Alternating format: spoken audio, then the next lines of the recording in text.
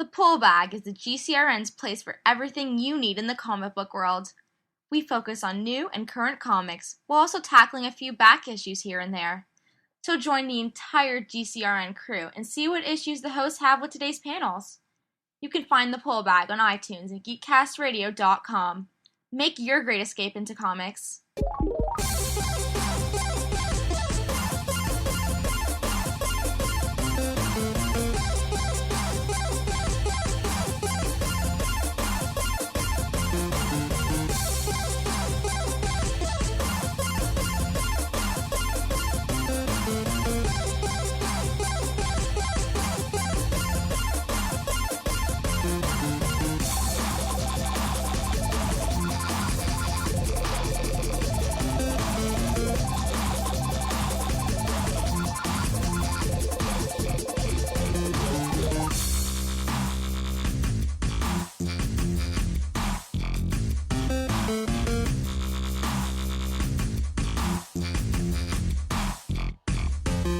Hello and welcome to Off the Cuff's first ever spoiler cast. Spoilers! I am your host, Michael Powers. I'm joined this week by Art Danner. Spoiler alert. Hi. And before I say everything, I'm just going to say spoiler alert. Spoiler alert. And we found Sean Z. Spoiler alert. Hello. Spoiler alert. So, in case the title of the episode didn't give it away, this episode will be spoiling BioShock Infinite. Alert. If you have not played it, Spoiler alert. and do not want the game spoiled for you, I suggest Spoiler you alert. stop listening. Spoiler alert. Spoiler alert. So, I guess...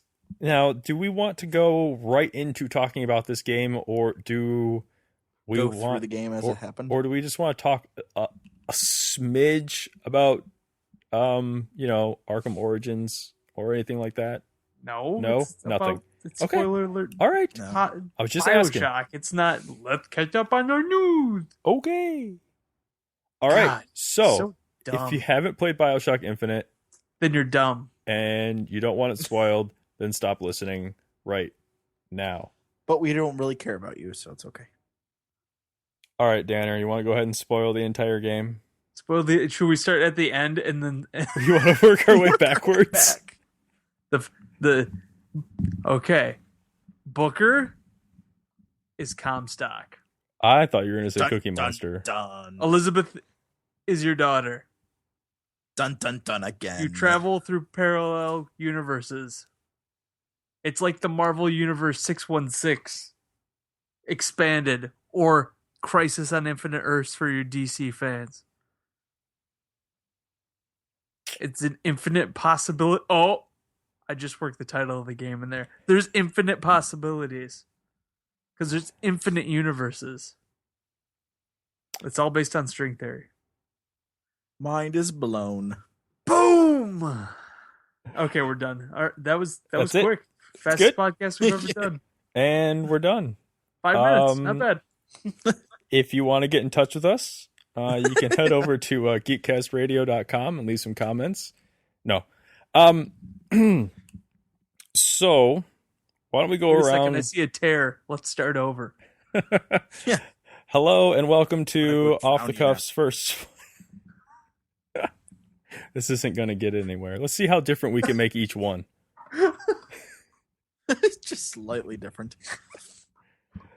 Cast spoiler. Wait a second. For some reason, your picture icon doesn't seem to be on Skype anymore. It seems different. Huh. Oh god, these people are dead now because your icon's different. Yes. Sorry. Your nose is bleeding. What a terrible new universe we've discovered. And there's no going back. We're stuck here. Let's open another tear. Maybe the next universe will be better. Yeah. Okay, Can so only get better. for anyone that is still listening, Should we just start completely over? again, no, I'm not. I'm okay with treating this like it's an infinite possibility podcast. We can just keep starting over. and see how each version is different than the last. The podcast is actually 25 minutes long with an hour and 40 minutes of extra credits. Can you piece together the conversation? Does it make sense to you? Because BioShock Infinite didn't make that much sense to me. I just went along for the ride. That's because you're dumb, though. I mean, That's because they threw the rules out and decided not to define the rule. Yeah, exactly.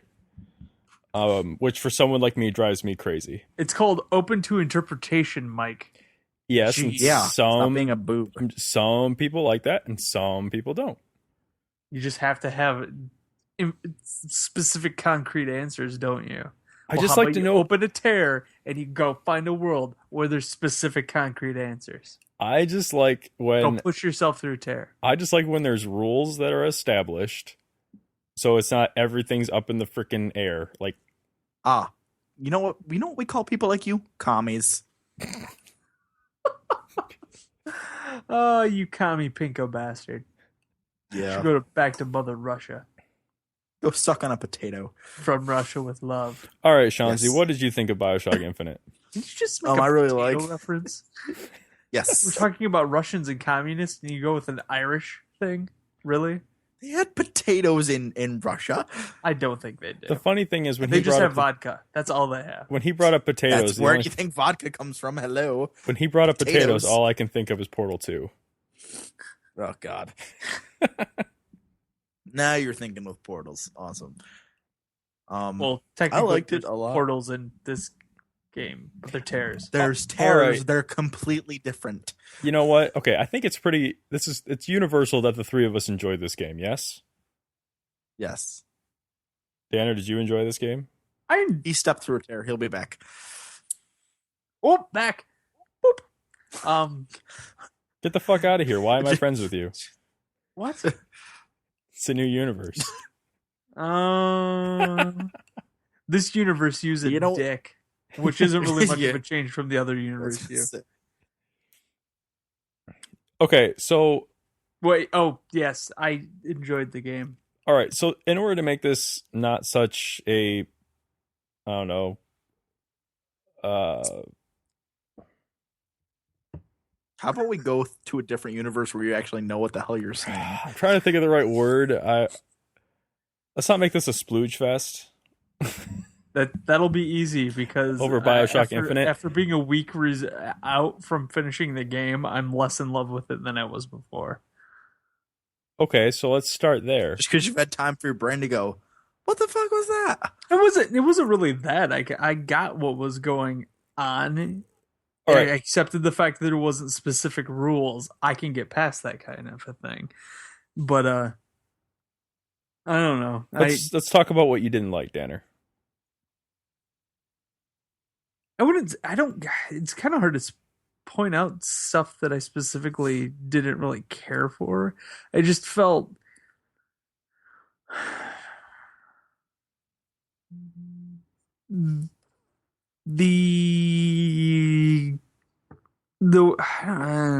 for some reason the combat didn't seem as fun as I was hoping it was going to be. And you played on hard, right? I did play on hard. Okay.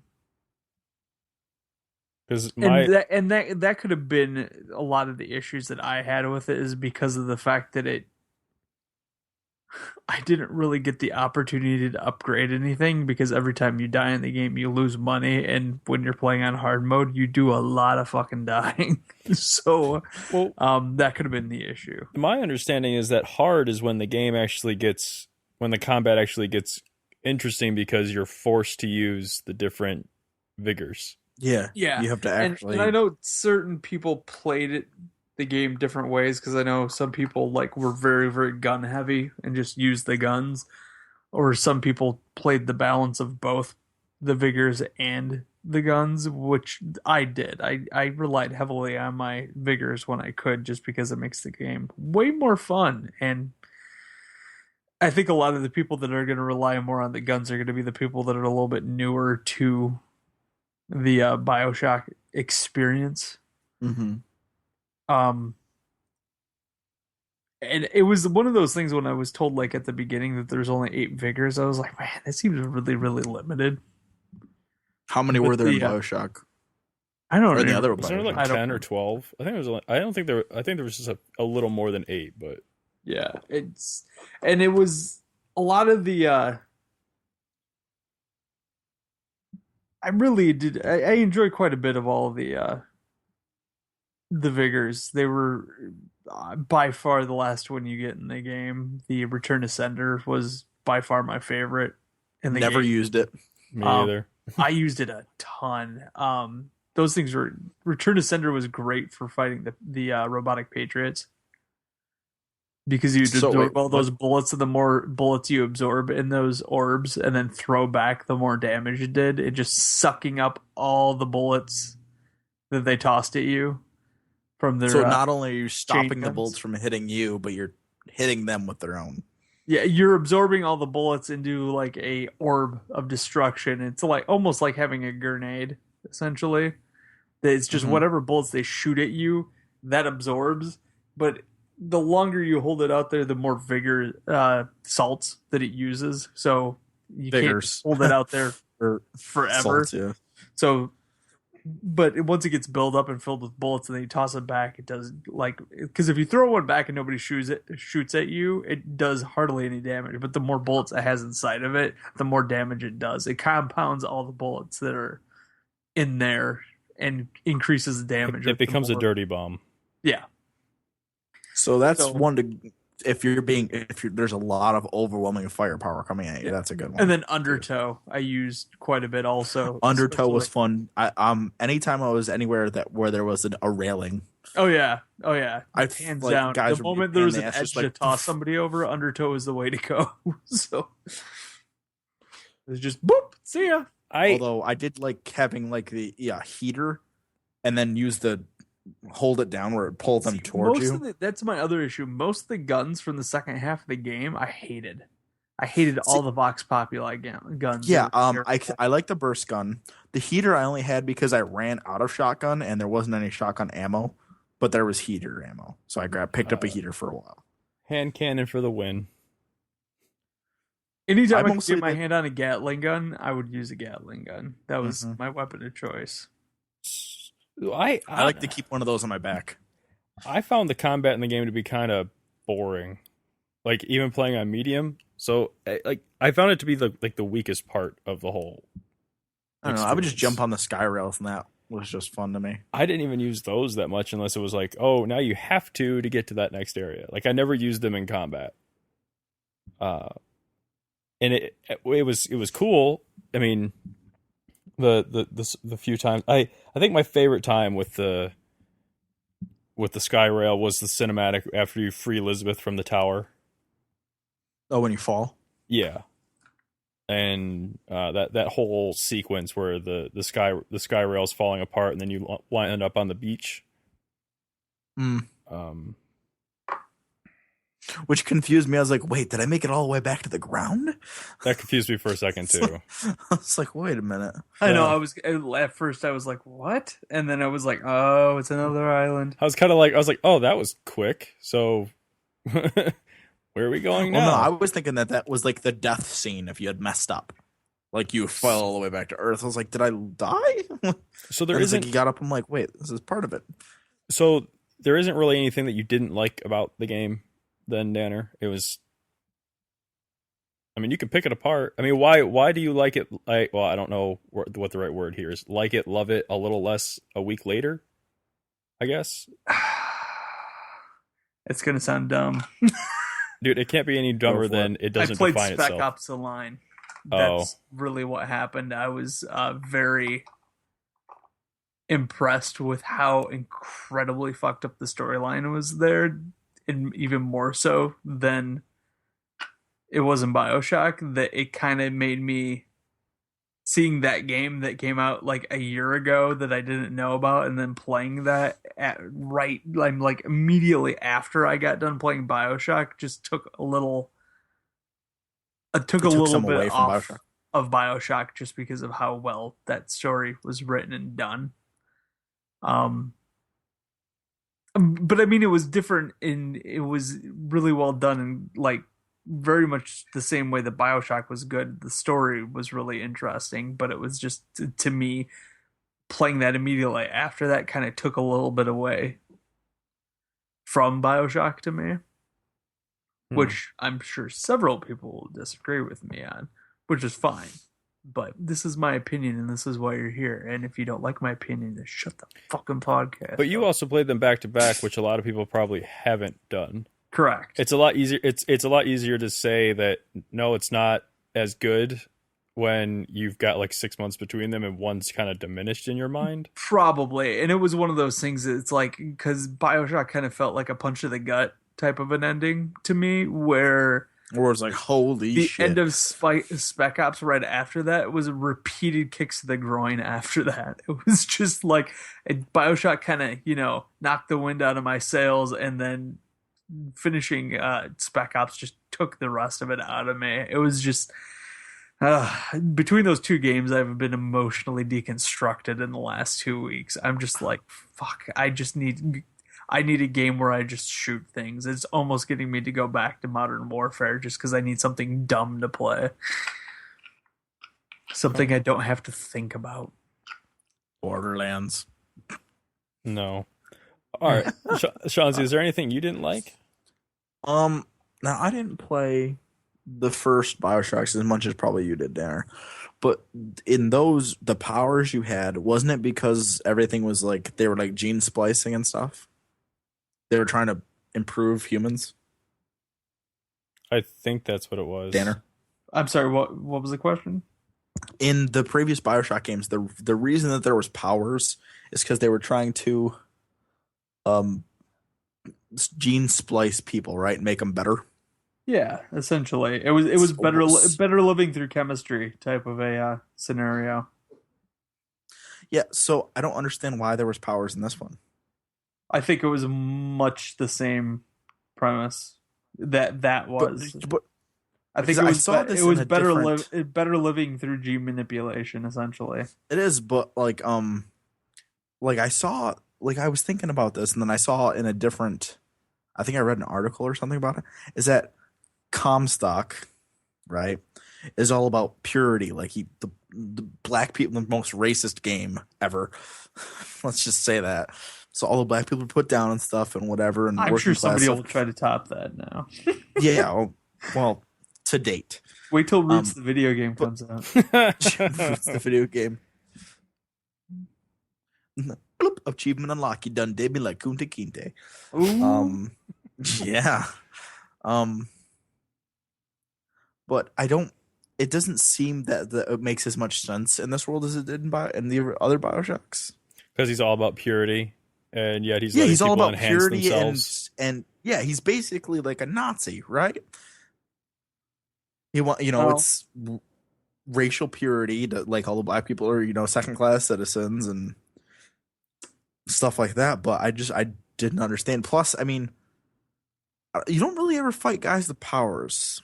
You fight the Raven guys and the fire guys. And the fire guys, but the fire guys look like they have a suit. And that shoots fireballs. And they look like they have just flamethrowers instead of just drinking like plasmas. They look like the bad guy at the beginning of Lethal Weapon 4.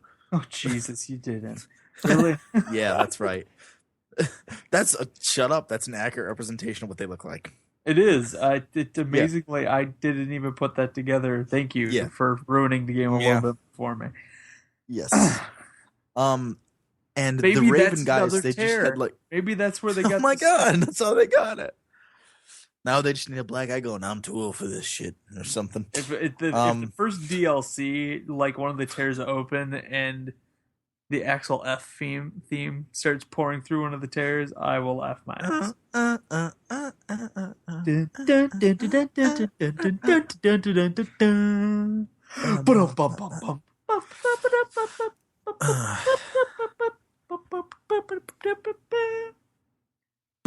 He's like a human beatbox over there. It's wow. Mike's like, he's watched those movies too much. We're never doing another podcast again. This is over. But it is, like I said, it doesn't seem to make as much sense as it did in the other games, because you're not fighting splicers anymore. You're fighting, just regular dudes. Well, and except I for think handymen. that's These guys are assholes. To me, it was a huge leap, which I know. I think Mike disagreed with me on this when I brought it up in a personal conversation, but it was just, to me, it felt like such a large leap from a game, two games in the series where you've been in a post-apocalyptic, post all the shit went down. Yeah, games, to being in a slightly place before that is the ring. thriving and has people in it. And to me, it was such a jarring experience to see those beautiful locales like you do in the BioShock games, but there to be people everywhere. And it was just, regular to people, me, not people trying to kill you. It took some getting used to me. Like the first hour of the game was awesome. The parallels of the opening of the game from, I mean, literally, if you go, you almost need to go and play the first hour of the first BioShock, because it makes a lot of things just in the first hour of BioShock kind of interesting in the game, especially towards the end when you end up in Rapture. Yes, that was pretty sweet. And that entire sequence is the very opening sequence from the first BioShock.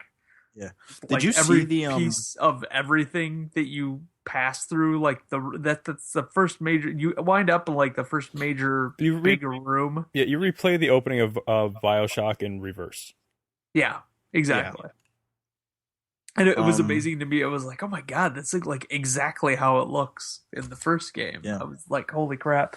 But I love the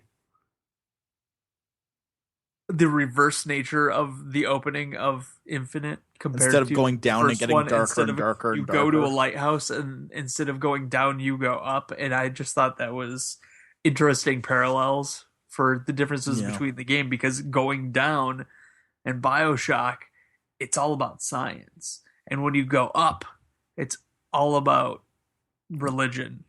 So yeah, you go up and it's like I think it actually says hallelujah when you break through it, right? Yeah. When you break through the skyline. Yep. Like I agree with what you're saying about the differences between the two games and how jarring it was to actually see people and see a society that hasn't yet crumbled. But I felt like as soon as the combat starts, the game becomes like the population gets scarce. Towards the end of the game, the population gets completely scarce, because essentially you are in a ruined city, because everything. Yeah, you're in a revolution at this point. Like, once the revolution hits, the population kind of bottoms out. I want to say the last time you really are around the population is probably when you're down in the slums. The last time I remember Shantytown and stuff. Yeah, in Shantytown. I think that's the last time I remember. And right before you go through that tear, that's probably the last time I remember seeing a significant amount of people, and the last time I remember there being the non-weapon sections, even though technically you had a weapon that time. Okay, I guess because it's like that stuff is like those moments are sprinkled in the combat. It feels like okay, you go like an hour or so at the beginning of the game where you get to see people having conversations and whatnot, and it's crazy. Yeah. And then after that, those moments with people are so like few and far between and for some reason I don't even really remember those spots. I don't remember a whole lot in the game after you get your gun or the skyline where you aren't getting shot at. I was gonna say there's quite a few parts. There's a lot of. I was gonna say it's pretty much as soon as you enter that final tear, it's pretty balls to the wall from there on out. Well, yeah, but you're at least until the very end, go to the future. Yeah, I just felt there's kind of a lull. Well, there's a lull in action. I won't say there's a lull in storyline. There's a lull in action once you enter the asylum. Does anyone think that the name BioShock got in the way of the game for having to include plasmids or Vigors and the similar mechanics? Like it to me until the very last 20 minutes. So, okay, are you saying that because of the Rapture thing? No, I'm saying that because of the parallel universes and how everything is As a connected to the lighthouse and lighthouses. But again, They could have never shown Rapture. they didn't have to use lighthouses. Like, do you think, like, I'm talking about from like a combat standpoint, like, okay, it's But it felt like a BioShock game. right, and we're all sitting here saying how the combat But- wasn't that great. but did they make it? If you think if this wasn't a BioShock game, they could have made it that better. I don't think the combat was that great because I don't feel like it really changed. I guess that's my thing. The biggest change It was the didn't melee evolve weapon, since the was last the one. Skyhook. That was the Which biggest was change awesome. of the combat system, and to me, yes, it was a cool thing, but it didn't really And completely change the system. the skyhook is really, at the end of the day, outside of the skylines, the skyhook is just a reskinned wrench with executions. Yep. So it's Yeah, the best parts of the game to me were when you weren't in combat. Like when I was able to look around, like the very end of the game when you're going and the game is like just taking an exposition dump on your face.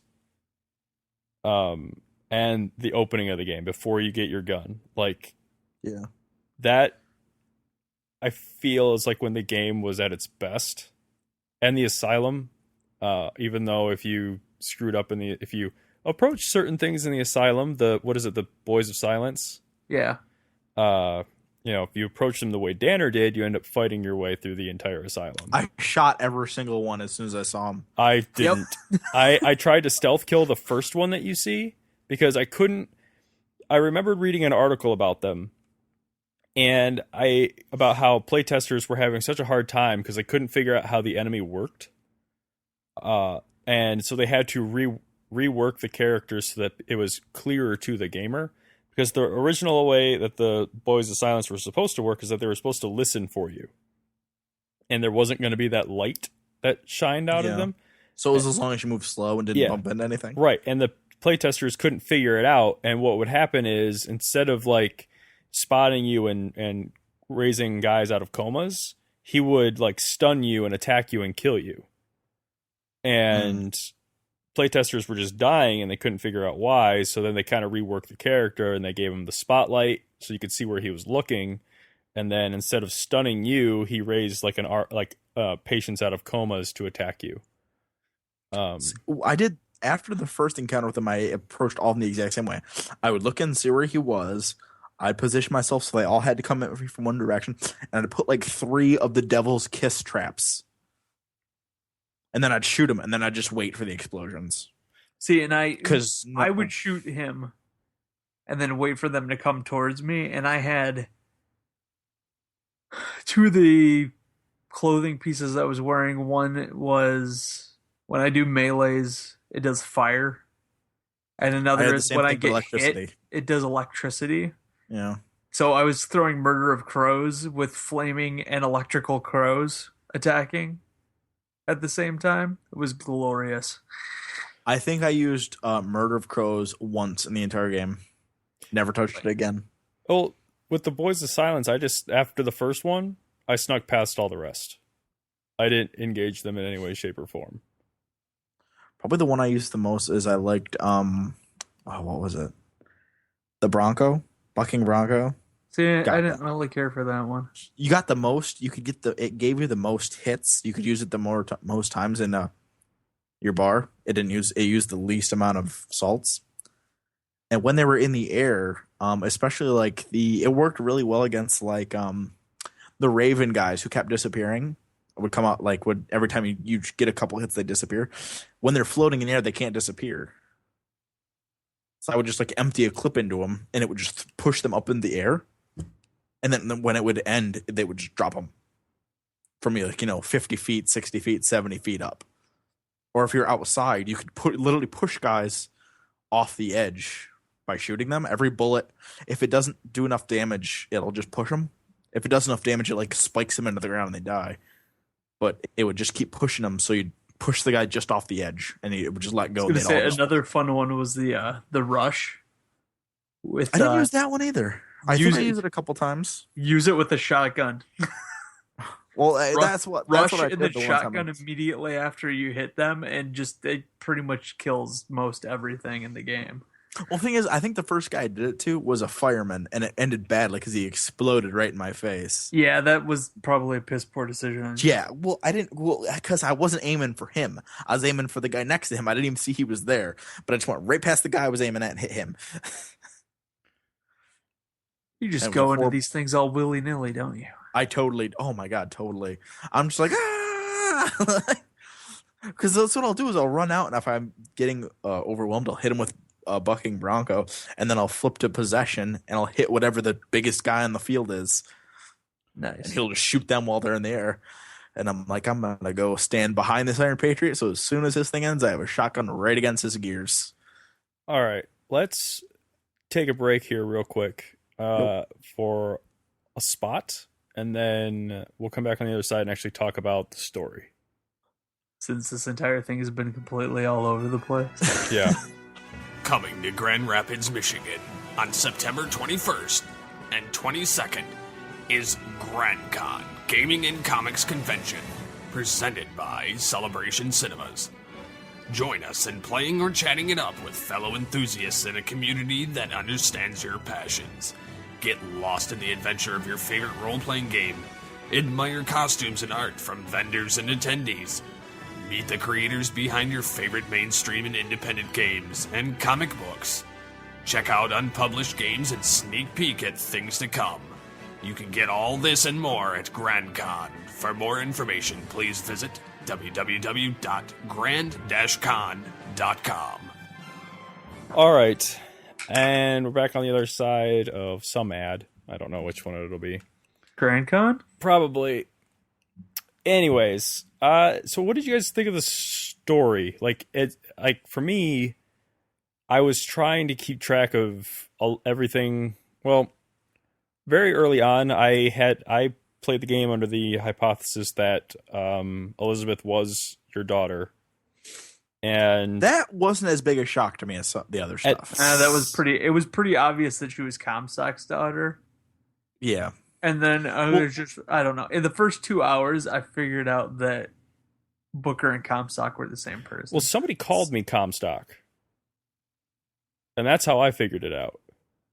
Huh? Yeah, one of the Vox Populi called me Comstock and then started shooting me. I missed that. I must have missed that. So that's how I figured that out. And so I played the game under that assumption all the way through to the end. And so there was a lot of stuff that didn't, I was like, as stuff was starting to happen, it just kind of solidified my hypothesis more and more. But I basically played the entire game under the assumption that, I was this person. And I was trying to keep track of what was going on right up until the game gets a lot bigger than you actually think it is. And that's when they introduce the tears. Yeah. And I was playing, Shanzi and I got to that part about the same time, and I think we both had the same opinion of the whole thing, which was they didn't do a lot to differentiate between the tears. There's the bigger overall picture, but I think Shanzi made the comment that everything that you looted on the other side was looted in this universe as well. Yeah. There's the part where it was you go down and you find that the gunsmith has been killed. So you go and you are gonna switch universes to one where he's alive.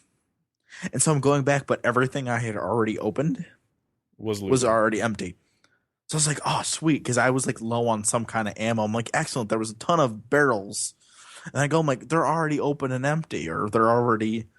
all that was in there is health, which I didn't need, or whatever. And part of that is what led me to the whole thing. I was still trying to keep track of the jumps that you were making, and it always seemed like it was to the side and to the future, so far into the forward. And it was just kind of disappointing that they did that, because at that point it just kind of became clear to me, and I've mentioned this a couple times to Danner, that the major tears or a lot like the island was in Lost, which is they're just a way for them to tell a story and move it along and keep it interesting. Yeah. And it doesn't. It's like, this is getting boring. Well, I'm going to change the rules. Yeah, like the island allowed the writers to tell whatever crazy ass story they wanted to tell. And some of the stuff they explained and some of the other stuff they just kind of left ambiguous, but they didn't really define any kind of rules for the island that it exists under. And it seemed like the tears, like the bigger tears, became that. And about the point where it kind of lost me when you go. I wanted them to do the Bill and Ted's explanation thing. Oh my God. Like the time traveling thing, where they're like, well, if this was there, then I would have had this key in my pocket. And then it's like, oh, look, there it is. If I go back, just remind me to hide a key in my own pocket. Well, there it is. It's like you jump to the side so you can go get the locksmith. Yeah. Or the gunsmith. Sorry. Gunsmith. You go get the gun. You go to where She's the the gunsmith locksmith. is. You go to where the gunsmith is. And then you're sitting there and he's like fidgeting around with stuff that you can't see. And then you're like, wait, if he's here, but the equipment isn't, then maybe it's somewhere I can't. Isn't that when you go down to the lockup? Oh, yeah, it was in the lockup. So like, okay, so you go down to where the lockup is. And then it's like, oh, well, if the stuff's here, how are we going to get it back? Oh, well, if the stuff's here, but it's not here in this tear, then it must mean that it's back in the gunsmith thing. And I'm like, it just, at about that point, I was like, you know what? Here we are at the top of this roller coaster, and I'm just going to put my hands in the air and go along for the ride. Because I lost my point of reference, because first of all, there isn't one. Other than where you start. And like I said, there isn't enough differentiation between the timelines other than, advances in the revolution that was taking place. Well, and more so than the fact that the Vox Populi kind of take control. They go from being completely suppressed. Right. To being in one universe, and then in the other parallel universe you go into, they're in full swing, have power, and are completely taking Comstock. But that's why I always saw it as you jump to the side and to the future, like forward. Like, yeah. The thing I thought was really interesting was the fact that the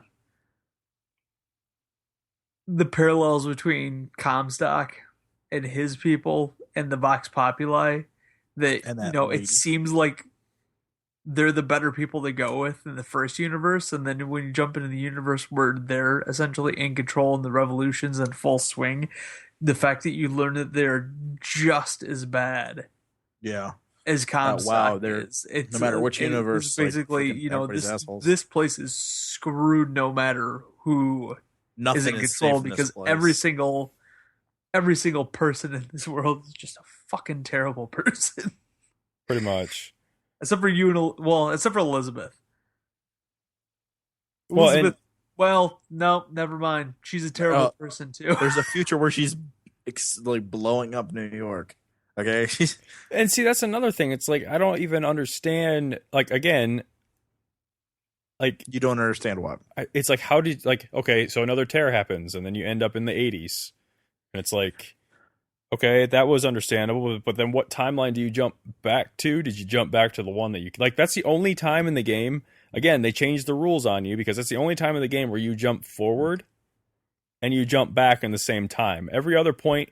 Everything's been a parallel universe until that point, and yes. then it's time travel. And it's almost like... It's almost like they should have only... I feel like the game should have existed in two timelines, or two universes. There's the universe where Booker came from, and there's the universe where Comstock came from. And I kind of feel like it should have just bounced back and forth between those two. There is those two universes, and they start at the baptism. Yeah, that's when with the multiple worlds is when he makes the choice either to do the baptism or not. And that creates Booker, one creates Comstock. Right, but I just feel like. Well, technically, Booker was always there. There's only he stays Booker or he becomes Comstock. Yeah, exactly. That's what I mean. I mean, it's him, but it's like one way or the other. But for me, it feels like there's like you jump because it always felt you're jumping to the side. It never feels like you're jumping from one to the other. Yeah, and it's like I feel like you at least go to like three different universes, instead of just 2, and it's like I kind of it almost would have been nice if there had been that, like the 6-1, like the Marvel universe, like there is a 616 universe, but then there's also like the zombie universe, and then there's like Ultimates, although only Ultimates and zombies are connected. But I just it wasn't clear, and for someone like me that's like I try to keep track of that stuff, and they did this thing at the end. I don't know if you guys noticed it. I can't remember if you said you noticed it or not, Danner. When you're in Comstock's airship, you see on a chalkboard like a Back to the Future 2-esque diagram of Andy pointed that out. Yeah, except the textures aren't high enough in resolution to explain to you what's going on. Yeah. I just feel like they missed a good opportunity to like say like when you made a choice, like if you had chosen the bird, like this is how, like instead of the cage, like, or like, because there were there's definite like chalk outlines of ripples from key points, and then there's like a fork in the timeline. It's like it would have been nice if you could have just illustrated it a little bit as to what was going on. But again, it's like at the same time they probably didn't want to do that because, well, shit just happens because they need it to happen. I do appreciate though, even though with all the crap that goes on, there's only one possible ending for the game. Actually, well, because I mean, as much as there is, quotations choice, it still is a linear game. Well, also, I feel like the choices are just in how Elizabeth perceives you, rather than like choices you make to affect the entire world. Yeah, maybe. So who here? I'm trying to think. Did everyone pick the bird? Yes. Yes. Okay. The ticket taker. Did you guys like force him to help you, or were you trying to be nice to him? Force it. I got stabbed. Yeah, I got stabbed too. Now, when I got stabbed, she still called me a thug for killing everybody, even though I got stabbed and everyone started shooting me before I shot back. Just because you I mean, you didn't really murder him in self-defense, but you killed all those people and you did it effectively, like it wasn't your first time. Is what I interpreted her calling me a thug. I just took it as the game broke, kind of like Walking Dead. But I'm trying to think of what the other choices are after that. There's the pendant or whatever, the necklace. Which do we know if that changes anything at all? I'm going to assume not. It probably does. Well, like I said, it's all on how she perceives you. Maybe she starts thinking that you just want her locked up. Maybe. See, I was wondering, is at the end when old lady Elizabeth, which by the way, that was when you were talking earlier about how it's like it went forward and backward in time. I forgave that because she's older now, so I just figured she had better control over what she was doing. That's how I took that. Yeah, why it wasn't completely random like it was before. Yeah, but but then they kind of contradict themselves, because is that after the asylum? No, she gets better. She gets her full power back after the asylum, correct? When she finally destroys the tower. Yes. Yeah. So that doesn't really. I mean, it's like she gets her power, but she hasn't had the time to use it. Well. Is how I took that. Is that she, like, as an old lady, she's just used it more, so she knows, like, she's very precise and skilled with it. It's just, that's how I took that. Anyways, but the note, the message old lady Elizabeth gives you to give to her younger self.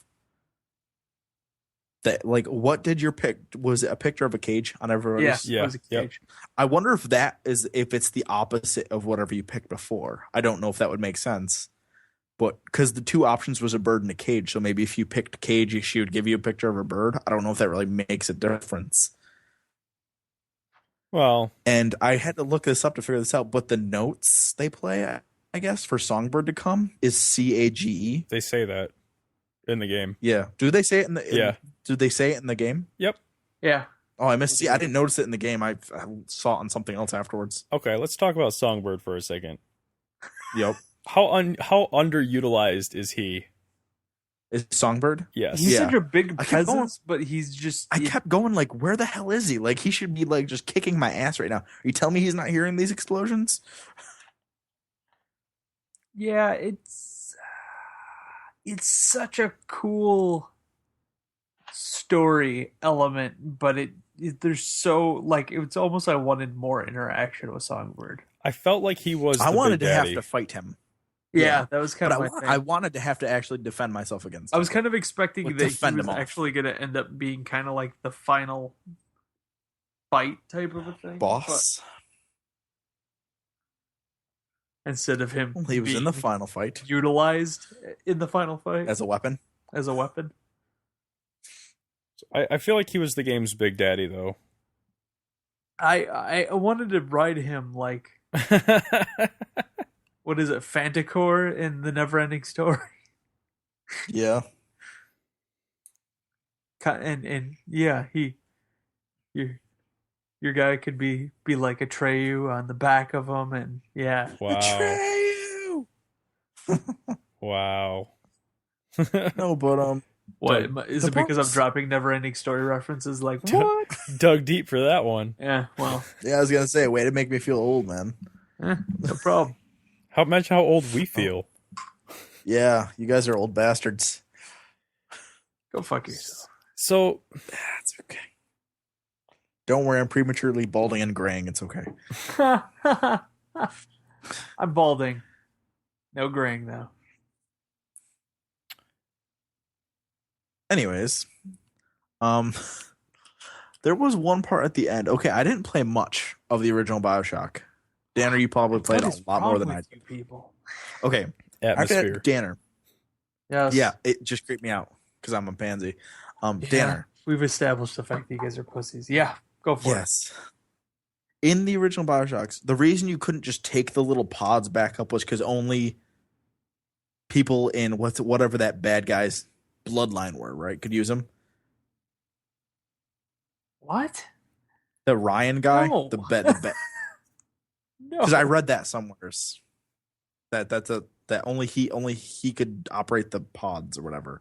I think that yes, he had the control over the pods, but I don't think it had anything to do with bloodlines. I think I they thought it get. was like I think they DNA get. coded. I think they get locked down. Yeah, Maybe, but it's there's so much more There was, going like- on in that game that you know. yeah.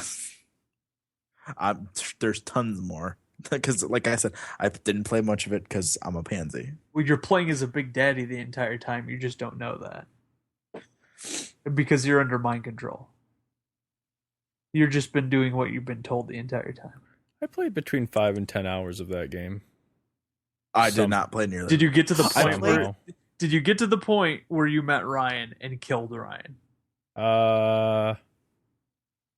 I don't Wait, know in one or two? Then you didn't play to the twist. because it would have been in 2007 when that happened. So Yeah. I don't Sure. remember. In the first one, I played up until shortly after you got the shotgun. Oh my god, So- you guys are so lame. I didn't like how it was like they gave you the shotgun and then they did the thing with the lights, where it was you couldn't see the dudes till they got right in your face. Well, that's the point of a shotgun. Well, yeah, but what the hell? I think I made it past that part.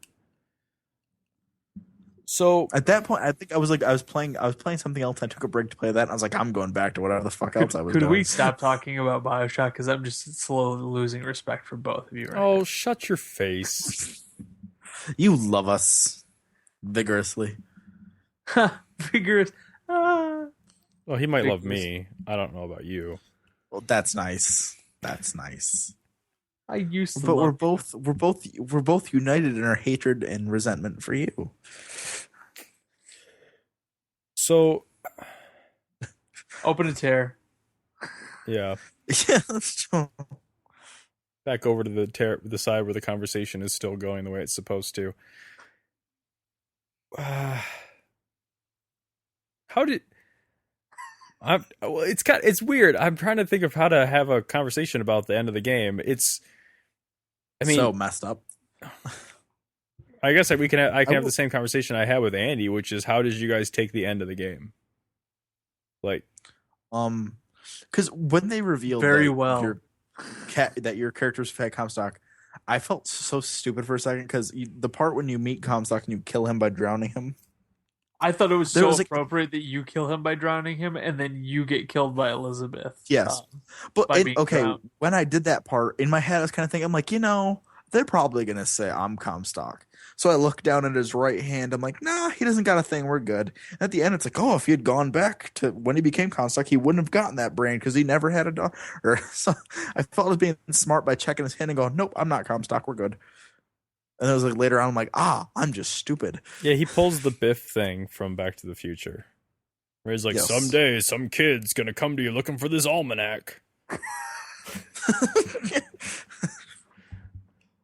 So, and that right there is kind of like what threw me off about everything. So it's like, am I playing as Booker before, like, did they pull Booker out of the timeline before he became Comstock? And No, like, what? it was just they pulled you from another my dimension. understanding is they pulled you from from a dimension in which you didn't take the baptism and you never became Comstock. Because Comstock wanted his daughter to be his daughter, so he actually went to his own daughter in a different timeline to get it. And that's the same universe that you're from. Yeah. I don't know. Just it's so. I don't know. But your Booker's from the universe that the brother of the twin is from. Yes. Where because the brother of the Lutessa twins, the brother is the one. Okay, you guys, hang on. You guys are talking over each other. Danner, go.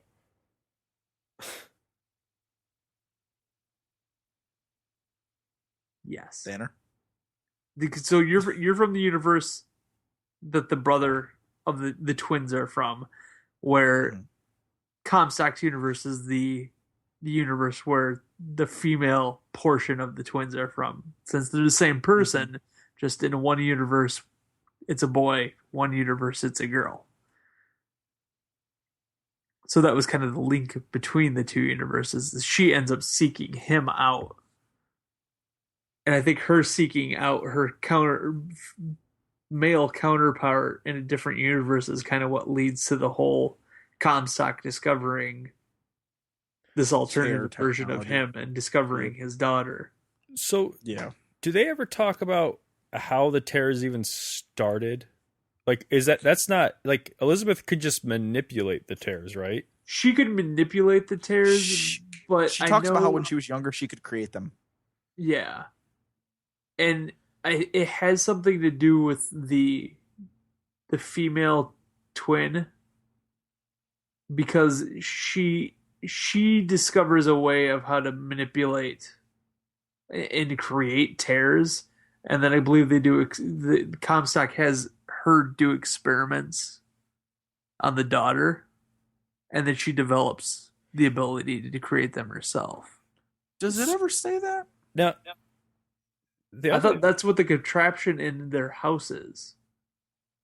Well, the contraption in the house is to suck the power off of her to keep her in check, so that she doesn't go all freaking Chernobyl on them. Yeah, I always took it as somehow as a baby being pulled through a tear gave her those powers. How a tear interacted with her, in fact, taking her pinky, her interacting that when she was a child and still developing somehow gave her, tuned her into that world. Because of the fact that she was a part of very, her very in young. The other world, that it gave her a bridging that gap between the worlds, because she had a piece of her in the other world. Well, that goes back to the whole, again, that goes back to them not defining the two, not doing enough to define which universe you were in. But it's more fun to speculate than it is to have set rules. Well, given the rules that we've kind of like set up, or like what they kind of hint at, like so you've got the brother. Time travel thing's the only thing that doesn't make sense. Well, the time travel thing works if there's only two universes, but it doesn't, like, because I think you go, I don't know, like one time you go and like the revolution's just getting started. Then when you jump back, they say that you've already died. And I'm wondering if they think that you died because you jumped over, like, Well, Like, no, did anyone? That's not how I took that. Like, I took it as like they Well, said that you died because you actually disappear through a tear, and they think you died doing something. No, because when you come back, your No. nose starts to bleed, which means you died in that universe that you currently were in. Yeah. So okay, so then the two world thing doesn't.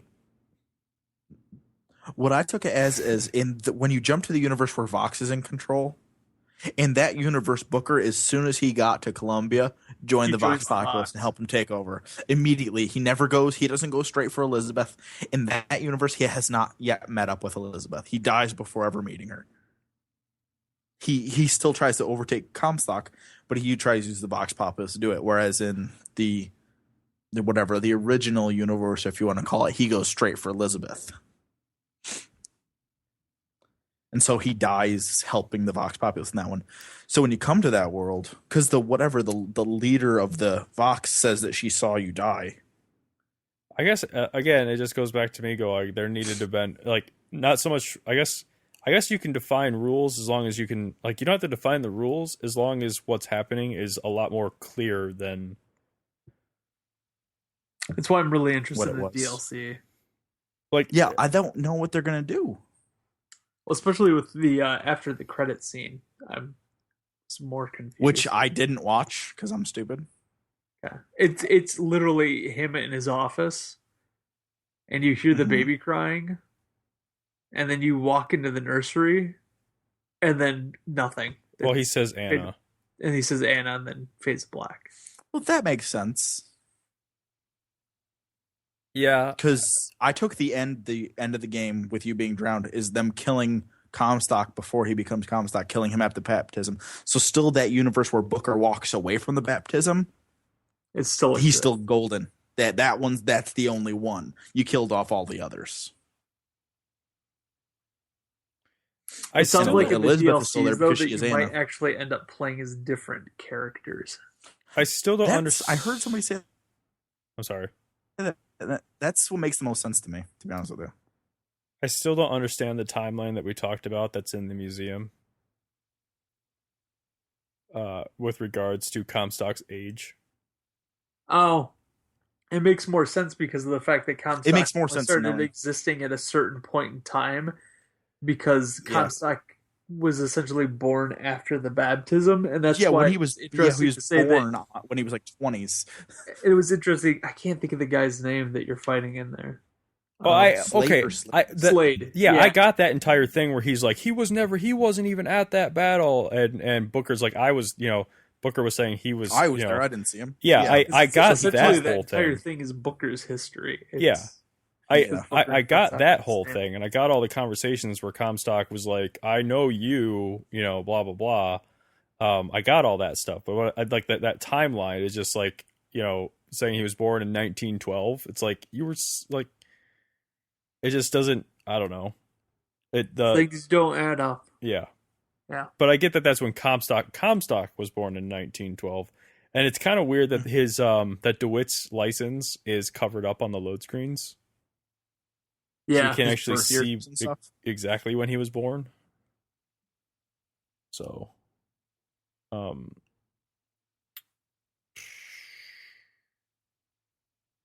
it's pretty well spoiled now.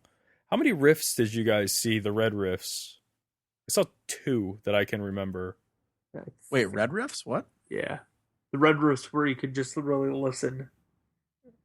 One was I never. Wait, the one was the Star Wars parody. No, that's one. That one's obvious. There's like red riffs around. There's one in the musician's house, and you pick up the voxophone, and it's like this guy like gushing about how the music that the guy's writing is amazing, and he'll be known for like forever. But really, he's just listening to the riffs and copying everything he's hearing out of the riffs.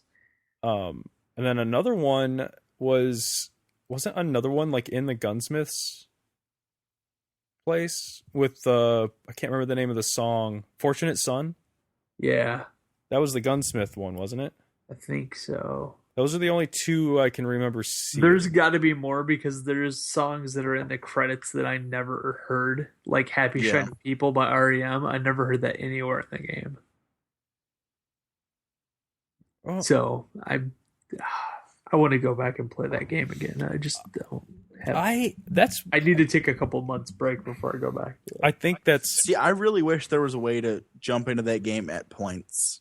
I was wishing the DLC is just an alternate reality of the game and alters something throughout the course of the game, and you got to play through the entire thing over again to find out. Yeah. Well, if it added like significant amounts. You can just jump 2 points in the game. The problem is you only have what you had when you were there. Like you can go and select chapters. And that's what that's what I was going to do, because when I was done with the game, I had like less than 10 voxophones and the pictures to get, the moving pictures. Oh, I think I had even less than that. I didn't know which ones I missed though. And I was going to go back and try and find them, but just get classic BioShock. There's no New Game Plus option, which I think is a travesty with a game like this where you know, any game where you have to level up, quote unquote level up, where there's not a New Game Plus. Yeah, and then so there isn't that, but you can go through and you can load up basically the major checkpoints. And there's like, I don't know, 10, like between 10 and 15 of them. You can load them up, but you only have the powers and abilities that you had when you were there. And so you're kind of, it's like, okay, now I have to explore. I was like, I'm going to go blow this checkpoint up and I'm going to explore and I'm not going to worry about anything because I'm a badass and I'll just kill everything. Nope, you're just as weak as when you were there the first time. So I was like, and then I was like, you know what? I'll play the game on easy. And then I was kind of like, no. Well, if you what happens if you play it in that 1999 mode? Do you get to keep all your stuff, or do you have no? But do you have to start from?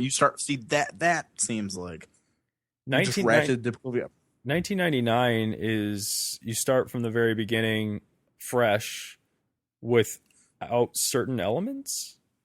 Like it's like a game from 1999. No, it's in reference to System Shock 2. I thought it was that and games that were out in that time period, like the game mechanics, like. Not that I'm aware of. I haven't played 1999. As far as I haven't played it yet, but as far as I know, it's kind of like their crazy legendary mode. Yeah, everything's hard to kill, and you were not. So yep, I was bummed about that because I did get sucked into everything, and it's like I wanted to go back through and find all the tapes that I was missing, and I was like, well, forget it. And I don't really feel like starting over because I honestly, when I was done with the game, it felt like when I played Journey, like I'm just done. I got it. I didn't want to go back through and dilute the. Your experience? Yeah, the experience of the game. And so I will say there's something I didn't notice when I saw like I don't know if it was like a video review or something I was watching online, and when you first meet the twins and you do the coin flip and they have the chalkboard, when he turns, his back is covered too. Yeah, I noticed that. I didn't notice it when it happened, and so supposedly those are all the different universes that they've been in where you've gone through that, and it always lands on heads for you. Yeah, I noticed that. I didn't notice that on my playthrough. I noticed that when I was watching the Robas playthrough. Yeah, I was watching. I don't know. I don't think it was that. It was because I haven't watched that, but because he was actually staring at the guy as he was walking away, and I didn't watch them walk away. So. So where does the game sit in your pantheon of video games? For a single player experience with no multiplayer applications, it's up there.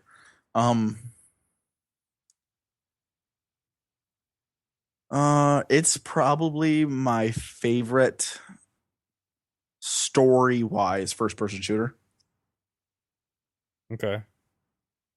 I mean, it's not really compared against much. For reference, what would be the second one?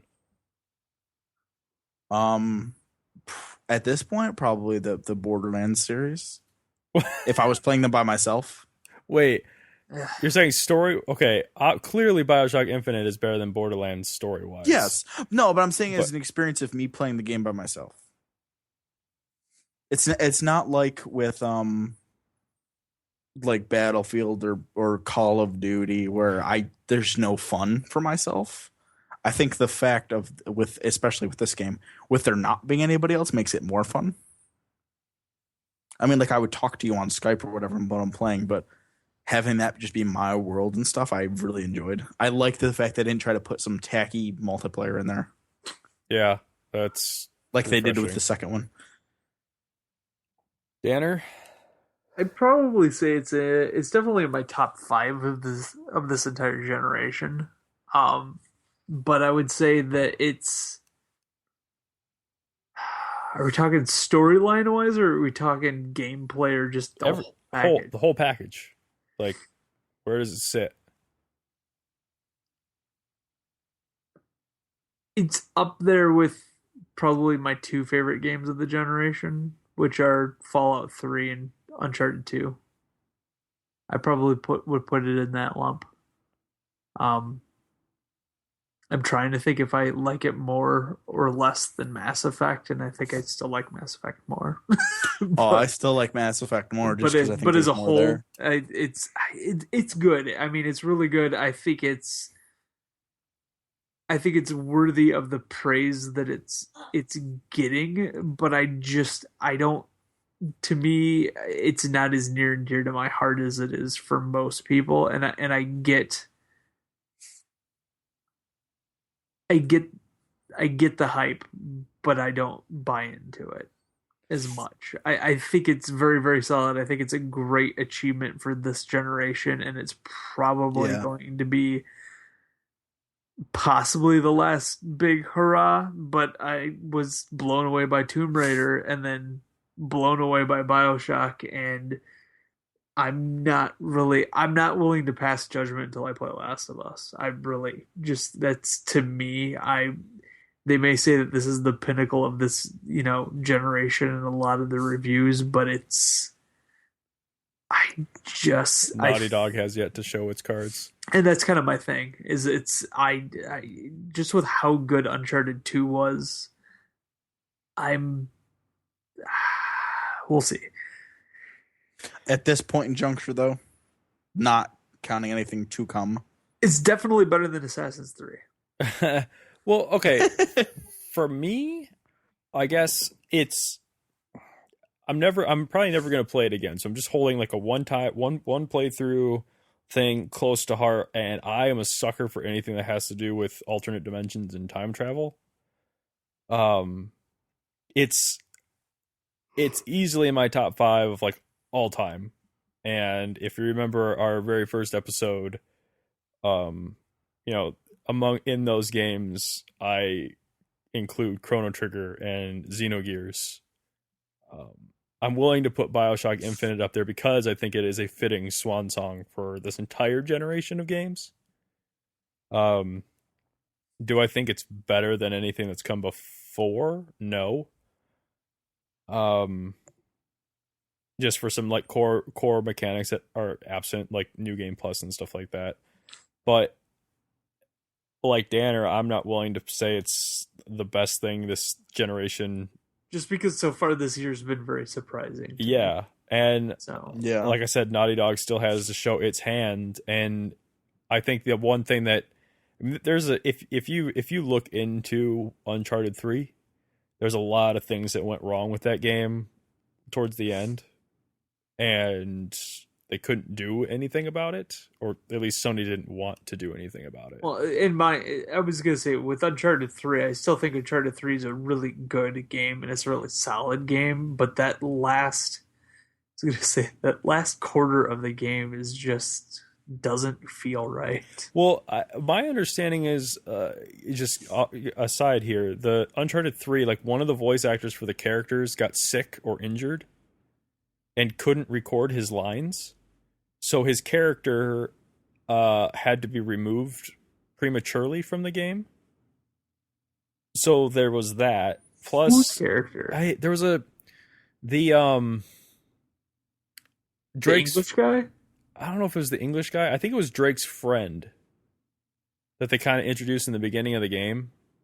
Like he was supposed to be a bigger part of the overall something, and the guy couldn't, he couldn't. Why they didn't just re-record the guy's voice, I don't know, but I do know that when they do like their cutscenes and stuff, they actually have the actor there and do a whole bunch of mocap, which is why the game looks as ridiculous as it does. But I feel like you can hear the action in their voice.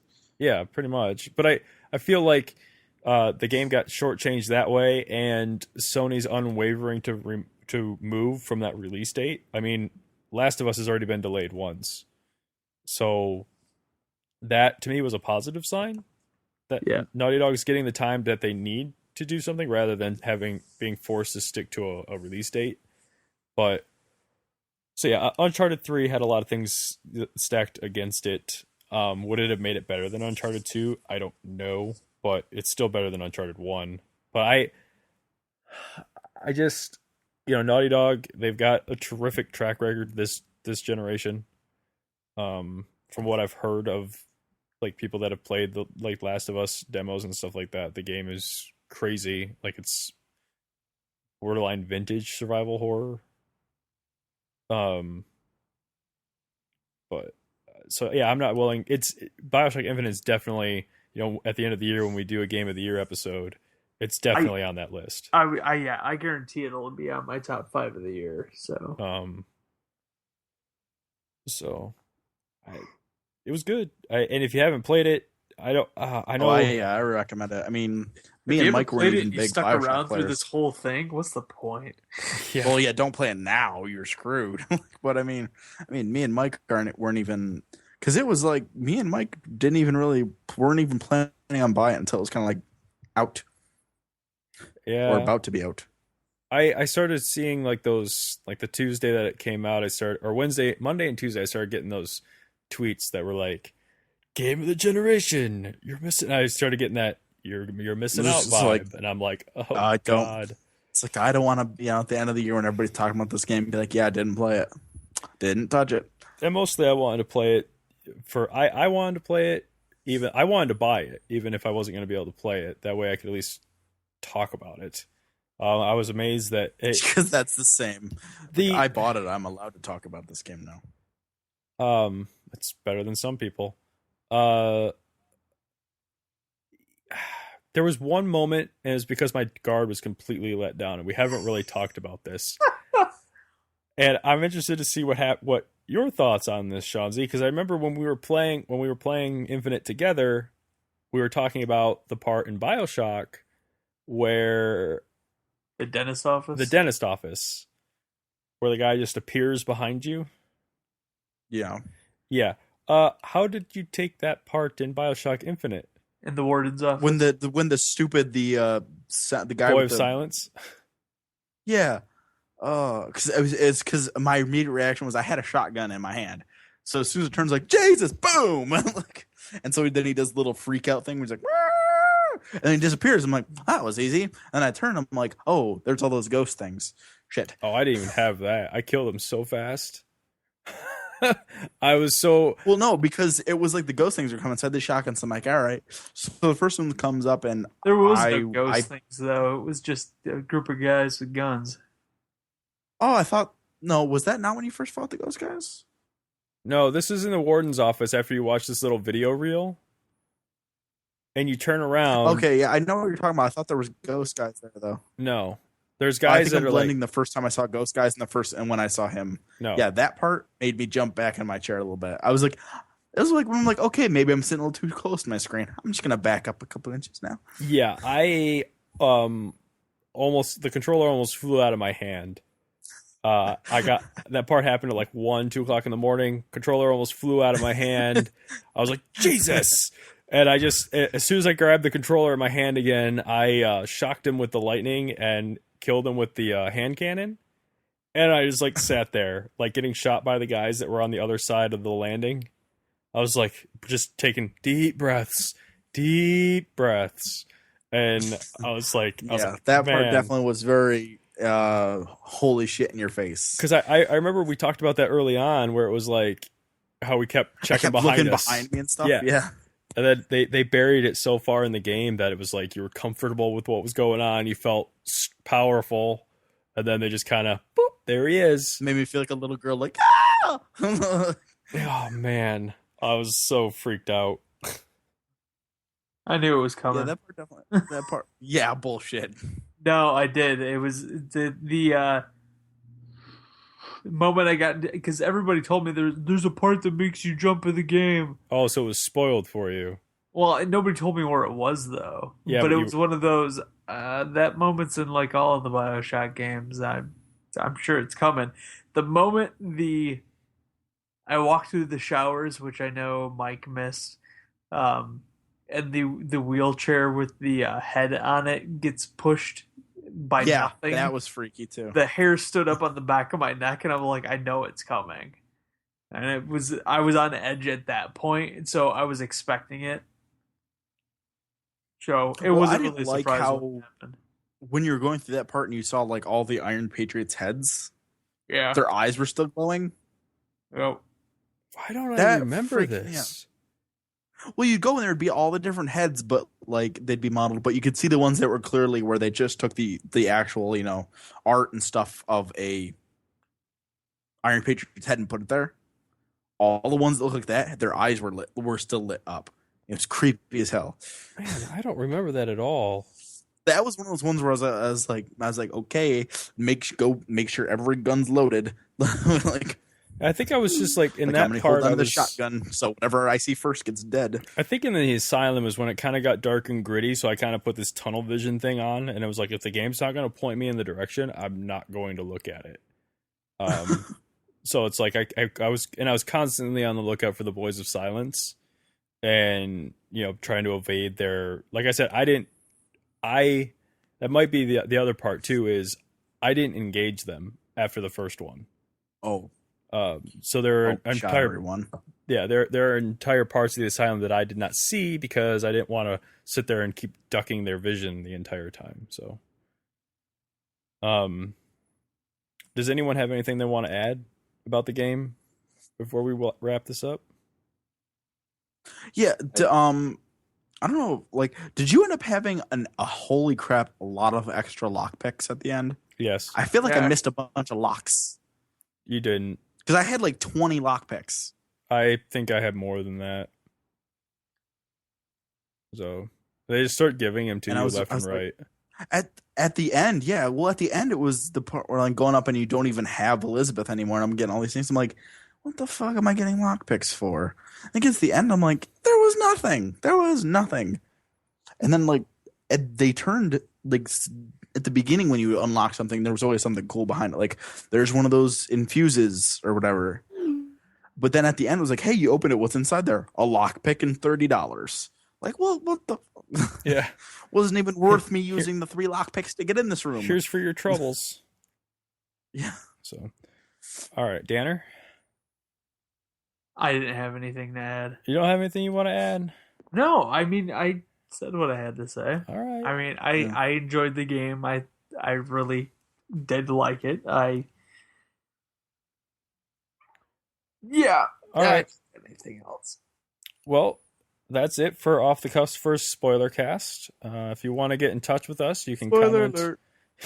You can comment on our parent site at geekcastradio.com or send us emails at feedback@geekcastradio.com. Just put Off the Cuff in the subject line.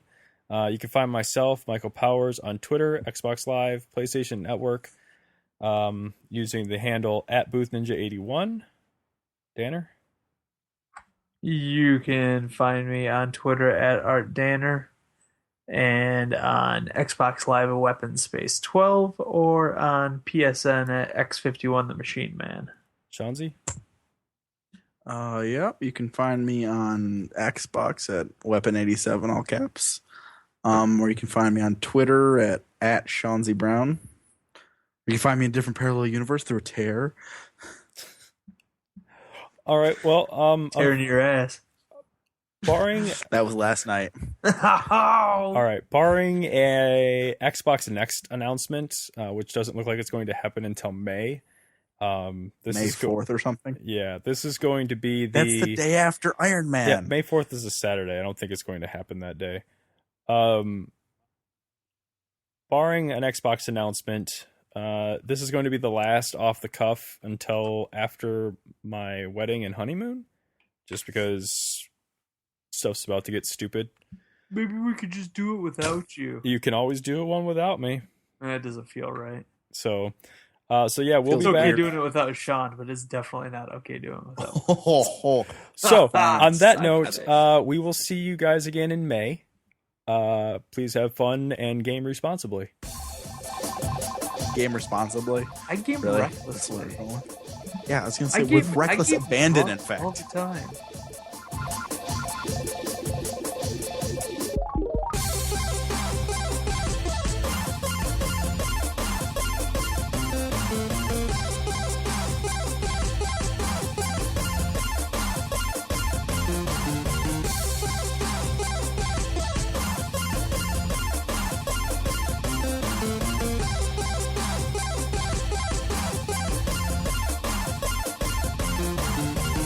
Hello and welcome to Off the Cuff's first ever spoiler cast.